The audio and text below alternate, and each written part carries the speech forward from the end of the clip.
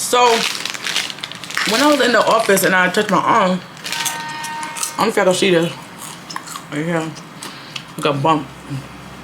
So it was an allergy. I think it went up a little bit, but when the guy was putting it in my arm, he probably doesn't have no muscle. You know when people do the flu, they put it into your arm and it's like it end up giving like usually a knot or whatever, depending on I guess who was doing it. So he did. He's like, I felt that all the needles. This was like probably number 5 or 6, right? All the needles he gave, cause I lost count because I was like, ooh. I'm not scared of needles. I actually like needles, which is a weird thing. I know it's like, but whatever. I don't care. Judge me if you may. So he said, I felt that. He's so sorry. I didn't realize what was gonna happen to my arm. It's like a big old bump there. I took my allergy medicine when I got home. I was like 3 days without it, because before I went there, I had to take the allergy medicine for 3. I couldn't take the allergy medicine for 3 days. Girl, boys, me I dead off. It's a hot mess. Hot mess. So today we're going to a regular size Target, and I'm gonna get some more Christmas stuff for the tree and for the foster kids if they come before Christmas. I have some things left over so they could put on the tree so they don't feel left out of the house. I don't want them to come, especially during the holidays, and they just, you know, it's not that great for them. So I'm definitely gonna do that. I might pick up another stocking for a kid also. So when I do the presents for KK, I can also do a present for the kid. I need to pick up more gifts for KK because the gifts are basically right now. I have like some like treats, but that's mostly for Girl Scouts, so I'm not gonna use those. I'm also going to meet somebody to get food for my grandmother. My grandmother lives in Queens. The person, she usually sends food over for Thanksgiving.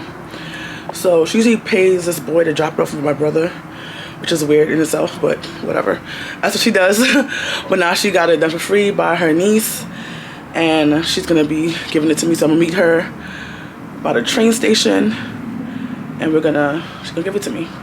So I have to walk a little ways. And I could take honestly I could take a train to the station, but you know, I could save some money and exercise and just walk a little, you know. Granted, I'm not saving that much money. My fare is only like $1 and change, but regular fare for New York City is $2.75. But I pay half fare because of my status of being poor before, but now I'm. The thing about it, all right, they have a half fare Metro card for New York City, and if you're under a certain income bracket, you can get it. If you're on food stamps, stuff like that, you can get it. The thing about it, they didn't have my updated how much money I'm making now, so technically I wouldn't qualify for it anymore. But until they cut it off, I'm gonna use it. Until then, I am going to use it until they said no more. Because before they had cut me off early in the year, and I think it goes for a year anyway. So they still have to do an updated one next year regardless. So it's good until I think next year March, and then when they see that I'm not on certain things anymore, they're gonna automatically not requalify me. But since I am a mom, I might qualify for it because, you know, it's not like it's by myself. I'm with me and KK, so I don't know what their income bracket is for it. So I don't really know. I can't even say yes, no. I know if you're on food stamps, if you're on public assistance, automatically you get it. But I'm not sure if you're off of it and still certain, because you know, like, these government programs try to help, but it's just like, you make 1 cent over, get too much. Like, bruh.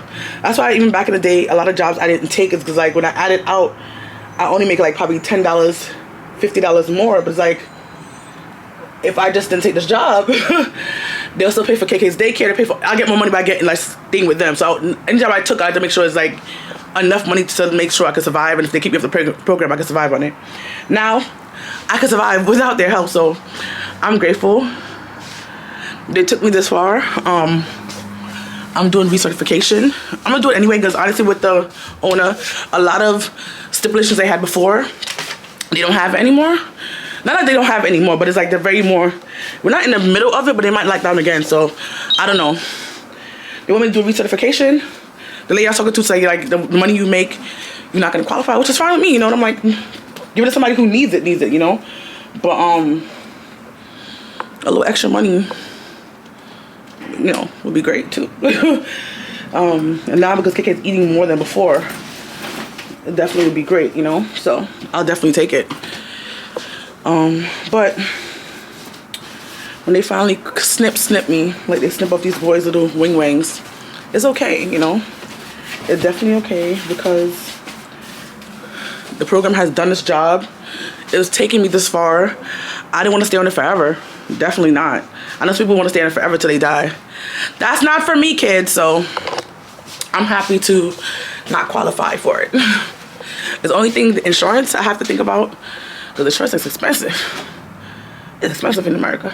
I never had a thought about think about that before because of either my mother's insurance, and then when I grew out of that, just many years ago, many eons ago, I just had Medicaid. So, but I think I don't qualify for Medicaid. I don't know. I don't know what I qualify for, to be honest. I'll know what I qualify for, I guess, by January. So we will see. They also was giving me papers about, oh, childcare. I'm like, KK goes to regular school. I don't need childcare. Why you send me paper for childcare? I was confused. So I don't know if they're just, everything's just a hot mess express, or when they do recertification, they automatically put you like, oh, you can get childcare or not, you know? I don't know what it is. I need to talk with y'all. My doctor said I have to do all these things to make my apartment dust mite proof because I have a real allergen to dust mites. So he says basically any pillow over a year I should not be having it. But my pillows, I feel like it's good pillows. So I'm just gonna wash them. Gotta wash KK's pillows. I have the purple. Is it a purple? I forgot what the name of it. What is like? What else? You remember the thing I put my Christmas things? If you look at that Christmas video, the thing just I put my ornaments in. That's where I got my pillows from. Me and KK's pillows. So I'm gonna get 2 more. You know, like very expensive. I'm going to wash them, and they told me to get like a mattress cover, hyperallergenic one, and a pillow one, and one for I think my sheets also. My comforter. You know, technically, every time I wash my sheet, I wash my comforters too. So I don't know if that matters. He said I can't use feathers, which I already knew because I had a problem with that with certain coats when I was growing up. That's why I try to use pea coats because they don't have. He told me not to wear wool either, so that's gonna be a problem. Especially in the winter time, I feel like certain things, you know, you have to wear. But certain materials I have to try to stay away from. Feathers, which I usually do. Wool, I don't wear that much wool, but it's winter time in New York City. You can wear more of those, you know, things. And he said, don't have clothes in your room, which I have clothes in my room all the time. He said, your stuff should always be in closets. But yeah, that's what's going on right now. So I don't know. We'll see what happens. I'm gonna try to do my best that I can to keep myself healthy, not sneezing, and save myself some tissue. So, and if you don't know, I'm taking the serum for allergies. If you don't know what that is when they basically take all the allergens that you're allergic to, and they pump it into your body over a period of a couple of years. First, you do it every week. Then you do it like once a month.